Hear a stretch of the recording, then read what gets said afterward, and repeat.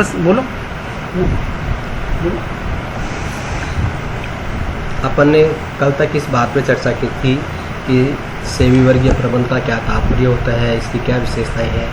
आज अपन जिस विषय पर चर्चा करेंगे वो है सेवी वर्गीय प्रबंध के क्या उद्देश्य होते हैं और इसका क्या स्कोप है, अर्थात इसका क्या क्षेत्र है। जहाँ तक इसके उद्देश्यों की बातचीत है तो सेवी वर्गीय प्रबंध के उद्देश्य के बारे में मूल रूप से लॉरेंस एप्ले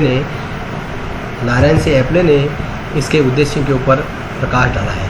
लॉरेंस एप्ले ने मूल रूप से, चूँकि मानवीय प्रशासन से संबंधित उनका कार्य रहा है, अतः उनका मानवीय उद्देश्यों पर उनका हमेशा से, मानवीय कर्तव्यों पर उनका हमेशा से प्रकाश रहा है। लॉरेंस एप्ले के द्वारा जो सेवी वर्गीय प्रबंध के उद्देश्य बताए गए हैं वो करीब करीब उनकी संख्या 12 के आसपास है, किंतु उन उद्देश्यों,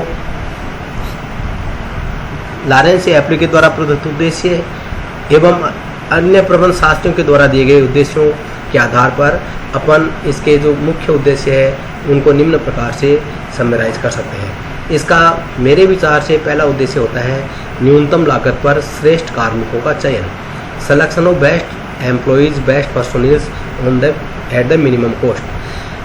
आप किसी भी उपक्रम की सफलता और असफलता उसके कार्मिकों पर निर्भर करती है। अगर उसके श्रेष्ठ कार्मिक हैं तो वह उपक्रम का उत्पाद अगर कम गुणवत्ता वाला है तो वह मार्केट में आसानी से सफल हो सकता है, जबकि श्रेष्ठ कार्मिकों के अभाव में एक अच्छा उत्पाद भी बाजार से बाहर हो सकता है। इसलिए सेवी वर्गीय प्रबंध का सबसे मुख्य उद्देश्य होता है अच्छे कार्मिकों का, योग्य कार्मिकों का रिक्रूटमेंट करना, उनका सिलेक्शन करना। इसके पश्चात इसका दूसरा प्रमुख उद्देश्य होता है मानवीय साधनों का प्रभावपूर्ण उपयोग, maximum utilization of the human resources. जो मानवीय संसाधन है उनसे काम लेना, उनकी योग्यताओं का विदोहन करना एक बहुत जटिल कार्य है। सेवी वर्गीय प्रबंध उनको मोटिवेट करके, उनको डरा कर, उनको धमका कर, उनकी प्रशंसा करके, उनके लिए प्रेरणात्मक मजदूरियों की व्यवस्था करके और हर व्यक्ति की जो व्यक्तिगत योग्यता है उसका पूरा विदोहन करने का, उसका प्रभावपूर्ण उपयोग करने का प्रयास करता है। इसका तीसरा मुख्य कार्य उद्देश्य है वो है न्यायोचित एवं आकर्षक मजदूरी भुगतान। न्यायोचित का तात्पर्य ये है कि समान कार्य के लिए उनको समान वेतन मिलना चाहिए। किसी भी कर्मचारी को ये नहीं लगना चाहिए कि मेरे साथ में किसी प्रकार की पार्शलिटी हो रही है, कोई पक्षपात हो रहा है। हर कर्मचारी को मिलने वाला वेतन उसके द्वारा किए गए कार्य के बदले में उसको उपयुक्त लगना चाहिए। इसके साथ ही आकर्षक मजदूरी भुगतान पद्धति से तात्पर्य ये है कि अगर कोई कर्मचारी ज़्यादा श्रेष्ठ काम करता है तो उसके लिए प्रेरणात्मक मजदूरी भुगतान पद्धतियाँ होनी चाहिए, अर्थात सबका मिनिमम वेतन तय होने के पश्चात अधिक काम करने वाले व्यक्ति को अधिक मजदूरी मिलनी चाहिए, कम काम करने वाले व्यक्ति को कम मजदूरी का भुगतान होना चाहिए, जिससे व्यक्ति अधिक कार्य करने के लिए मोटिवेट हो। इसका जो चौथा मुख्य उद्देश्य है वो है श्रमिकों की क्षमता का पूरा उपयोग करना। आज के युग में जो श्रमिक है, श्रमिक और मालिकों में एक वर्ग संघर्ष बहुत तेजी से बढ़ता है। श्रमिक इसलिए कम से कम काम करना चाहता है और अधिक से अधिक वेतन लेना चाहता है। दूसरी तरफ जो उपक्रम के मालिक हैं वो श्रमिकों को कम से कम वेतन देना चाहते हैं और उनसे अधिक उनकी क्षमताओं का विदोहन करना चाहते हैं। ये दोनों ही स्थितियाँ एक उपक्रम के लिए अच्छी नहीं होती है। इसलिए श्रमिकों की जो कैपेसिटी है उसका अपन प्रभावपूर्ण तरीके से उनका इस तरीके से उपयोग करें कि न तो श्रमिकों की क्षमताओं का ह्रास हो और न ही उनका शोषण हो। वे अपने मन से इस प्रकार से उपक्रम से प्रभावित हो कि वो अपना कार्य अपनी इच्छा अनुसार समय पर निष्पादित कर सके। नेक्स्ट है इसका उद्देश्य है श्रमिक सुरक्षा एवं जन कल्याण की व्यवस्था। आज के युग में श्रमिक किसी उपक्रम का केवल वो वेतन पर ही काम नहीं करना चाहता। वो जैसे उसका अगर कोई एक्सीडेंट हो जाए तो उसकी इंश्योरेंस की क्या व्यवस्था है, उनके बच्चों की क्या व्यवस्था है, आफ्टर रिटायरमेंट उसके क्या बेनिफिट्स हैं, वो रिटायरमेंट के पश्चात उसके लिए कोई सिक्योरिटी की व्यवस्था है या नहीं है, कार्य के दौरान अगर कोई दुर्घटना घटित हो जाए तो कोई व्यवस्था है या नहीं है, बीमारी में उसकी सुरक्षा कैसे होगी। अर्थात श्रमिक उन संस्थाओं में ज़्यादा काम करना पसंद करता है जहां पर लेबर सिक्योरिटी हो, उसको सोशल सिक्योरिटी की भावना हो कि इस उपक्रम में मेरे साथ में किसी भी प्रकार का कोई भी दुर्घटना घटित होने पर मेरे साथ में मेरे परिवार का भरण पोषण आसानी से संभव होगा। इसके बाद में अपन अगर सेवी वर्गीय प्रबंध के उद्देश्य की बातचीत करें तो नेक्स्ट उद्देश्य है इसमें संगठन के जो सभी सदस्य होते हैं उनके मध्य में जो रिलेशनशिप है वो अच्छी होनी चाहिए।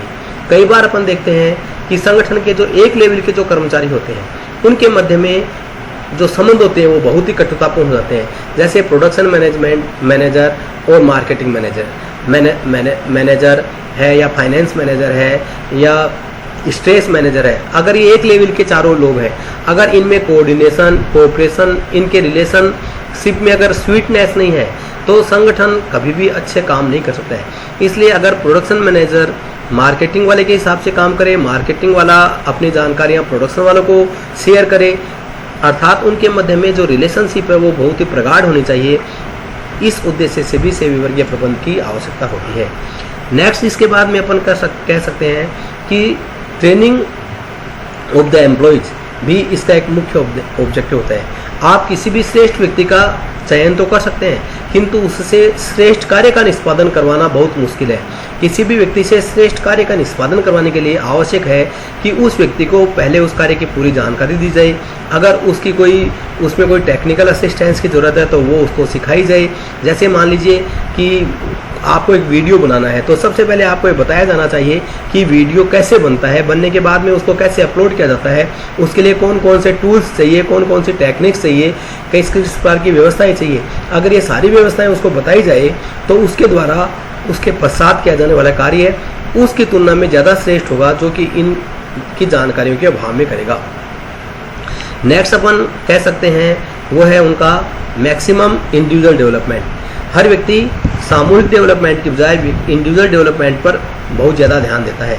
अतः हमें चाहिए कि एक उपक्रम में काम करने वाले व्यक्ति का व्यक्तिगत विकास अर्थात उसकी शिक्षा है, दीक्षा है, उसका प्रमोशन है, उसका सुपरविजन का क्षेत्र है, उसकी सैलरी है, उसका डेवलपमेंट ऑल राउंड डेवलपमेंट उसका सभी प्रकार से सामाजिक है, उसका व्यावसायिक है, पद का है, इनका विकास भी एक व्यक्ति को सेवी वर्गीय प्रबंध के माध्यम से किया जाना चाहिए। इस प्रकार हम सारांश रूप में कह सकते हैं कि सेवी वर्गीय प्रबंध के जो उद्देश्य होते हैं वो मूलतः एक उपक्रम में काम करने वाले कर्मचारियों के भर्ती से लेकर के उनके आफ्टर रिटायरमेंट तक के दौरान जो उनके विकास के कार्य संभव हो सकते हैं उन सबसे संबंधित जो भी समस्याएं होती है उनके निदान के लिए इनके उद्देश्यों का वर्णन आवश्यक होता है। बाद में लास्ट में खत्म होता है चल रहा है क्या अभी? आप तो बोल। अब हम बात करेंगे आज कि सेवी वर्गीय प्रबंध का स्कोप क्या होता है, अर्थात ये कहाँ पर लागू होता है, इसकी कहाँ पर इसका क्षेत्र क्या है। तो सबसे पहले इसका जो क्षेत्र है वो है कर्मचारियों की भर्ती, चयन और उनका कार्य पर पद स्थापन। आप किसी भी उपक्रम में अगर आपको कोई भी कार्य निष्पादित करवाना है तो सबसे पहले उसमें आपको कर्मचारियों की भर्ती करनी चाहिए। भर्ती करने के आपके पास में कई प्रकार के उसके सोर्सेज हो सकते हैं, लोकल हो सकते हैं, इंटरनल हो सकते हैं, एक्सटर्नल हो सकते हैं, एडवर्टीजमेंट हो सकता है, स्किल्ड लेबर्स के लिए अलग प्रकार के हो सकते हैं, प्लेसमेंट एजेंसियां हो सकती है। अर्थात आपको इनके माध्यम से आपको जिन व्यक्तियों की ज़रूरत है वहाँ पर आप विज्ञापन आदि दे करके उन व्यक्तियों को आपके यहाँ अप्लाई करने के लिए आपको उनको अट्रैक्ट करना चाहिए।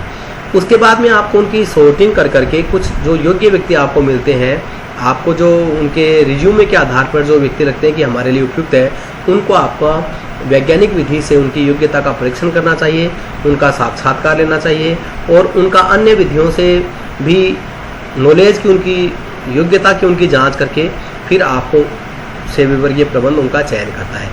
चयन करने के पश्चात जिस व्यक्ति को आपने चयन किया है वो राइट व्यक्ति राइट प्लेस पर अपॉइंट होना चाहिए। अर्थात जो व्यक्ति जिस काम के लिए है, जिस कार्य में स्पेशलाइजेशन है, उस व्यक्ति को वही कार्य मिलना चाहिए। कई बार अपन देखते हैं कि गांव में ऐसे डॉक्टर को अपॉइंट कर दिया जाता है जहां पर वो जैसे किसी ऑर्थो के डॉक्टर को गांव में लगा दिया जाए और वहां पर ऑर्थो के लिए कोई मशीन सी नहीं है तो वो डॉक्टर वहां पर जा करके भी कुछ कर नहीं पाएगा। तो उपयुक्त व्यक्ति को उपयुक्त स्थान पर लगाया जाना चाहिए। तो पहला इसका जो क्षेत्र में आएगा वो आएगा कर्मचारियों की भर्ती करना, उनका रिक्रूटमेंट करना, उनका सिलेक्शन करना और उनको जॉब पर प्लेस करना। इसका जो दूसरा क्षेत्र में आएंगे वो आएगा कि कर्मचारियों को उचित और न्यायोचित पारिश्रमिक देना। जैसा मैंने उद्देश्य के दौरान भी आपको बताया था कि न्यायोचित पारिश्रमिक का तात्पर्य होता है कि समान कार्य करने वाले व्यक्तियों को समान वेतन मिलना चाहिए। अब समान कार्य का मतलब है कि उनको आपने कार्य तो समान दे दिया, किंतु वो व्यक्ति कार्य समान कर नहीं रहे हैं, तो उनमें भी आपको डिफरेंशिएट करना पड़ेगा। आपने अगर समान व्यक्ति, अगर आपने किसी व्यक्ति को 100 यूनिट प्रोडक्ट करने के लिए दी, दोनों कर्मचारी 100 यूनिट समान एक जैसी क्वालिटी के प्रोडक्ट करते हैं, तो उनको समान वेतन मिलना चाहिए। किंतु अगर उनमें एक बहुत अच्छी क्वालिटी के प्रोडक्ट तैयार कर रहा है, दूसरा कम अच्छी क्वालिटी के प्रोडक्ट तैयार कर रहा है, तो उन दोनों में अंतर होना चाहिए। तो समान कार्य के लिए समान वेतन का मतलब ये नहीं कि गधे और घोड़े एक जैसे होने चाहिए। समान कार्य के लिए समान वेतन का मतलब है कि जो व्यक्ति जिस योग्यता से कार्य करता है, और अगर समान योग्यता वाले व्यक्ति एक जैसा कार्य निष्पादित करते हैं, तो उनको वेतन है वो इक्विटी के आधार पर, जस्टिस के आधार पर उनको वेतन मिलना चाहिए। इसी प्रकार कर्मचारियों के लिए प्रेरणात्मक मजदूरी भुगतान की पद्धतियाँ होनी चाहिए। हमारे देश में विभिन्न प्रकार की प्रेरणात्मक मजदूरी भुगतान की पद्धतियाँ चलती भी है। कोई कार्य के बेसिस पर है, कोई प्रोडक्शन के बेसिस पर है, कोई कार्य के घंटों के बेसिस पर है, कोई सीनियरिटी के बेसिस पर है। अर्थात जैसा जो योग्य उपक्रम उपयुक्त समझे, फिर भी वहाँ पर अपने कर्मचारियों के लिए और इंसेंटिव बेसिस की जो मजदूरी है, वे सिस्टम है, वो वहाँ पर होना चाहिए। इसी प्रकार से जो व्यक्ति श्रेष्ठ कार्य करते हैं, उनको उपक्रम में पर्याप्त रिकॉग्निशन मिलना चाहिए, उनकी प्रशंसा होनी चाहिए, उनको प्रेरणात्मक मजदूरी मिलनी चाहिए। और जो व्यक्ति निकम्मे होते हैं, उनके साथ में उसी प्रकार का व्यवहार किया जाना चाहिए। तो ये अपन दूसरा इसका मुख्य क्षेत्र के एरिया में मानेंगे कि कर्मचारियों को आप उचित और न्यायोचित पारिश्रमिक प्रदान करें। तो इसका जो क्षेत्र में है वो तीसरे बिंदु में अपन ले सकते हैं, कर्मचारियों के शिक्षण प्रशिक्षण की व्यवस्था करना। किसी भी कर्मचारी को नियुक्ति के पश्चात उसको किए जाने वाले कार्य की जानकारी देने के लिए आज के युग में प्रशिक्षण की बहुत ज़्यादा आवश्यकता है। अगर आप किसी भी ट्रेनिंग के अभाव में श्रेष्ठ व्यक्ति भी वो नहीं दे पाता है जो वो दे सकता है, क्योंकि उसको वास्तव में पता ही नहीं कि मेरे को उसको उपक्रम में काम क्या करना है, मेरी रेस्पॉन्सिबिलिटी क्या है, मेरी ड्यूटीज क्या है, मुझे क्या काम करना है और उसको किस प्रकार से करना है। इसलिए आज के युग में हर कार्य का प्रशिक्षण दिया जाना बहुत ही आवश्यक है। प्रशिक्षण आप उसको सैद्धांतिक रूप से दे सकते हैं, व्यावहारिक रूप से दे सकते हैं, आप इसको ऑन द जॉब दे सकते हैं, आप उसको लेक्चर के माध्यम से दे सकते हैं, आप उनको यूट्यूब के माध्यम से दे सकते हैं। अर्थात टेक्निकल है तो उसको आप व्यावहारिक दें, कार्य को उसको सिखाना है तो प्रैक्टिकल में दें, और उसको पढ़ के सीख सकता है तो उसको आप थ्योरेटिकल भी उसका ट्रेनिंग दे सकते हैं, किंतु उसको ट्रेनिंग दिया जाना अलग अलग चाहिए। इसी प्रकार से प्रशिक्षण की अलग अलग विधियों के माध्यम से भी आपको दे सकते हैं। इंडिविजुअल देना है, ग्रुप में देना है, कैसे देना है, ये ऑन द जॉब देना है, बाय रोटेशन देना है, निश्चित टर्म के पश्चात देना है, किस समय देना है, सारी बातों को आप क्या कर सकते हैं। तो आप कर्मचारियों को क्या करते हैं, आपको अच्छा प्रशिक्षण देने के लिए भी आप इसको हमें सेवी वर्ग के प्रबंध की आवश्यकता पड़ती है।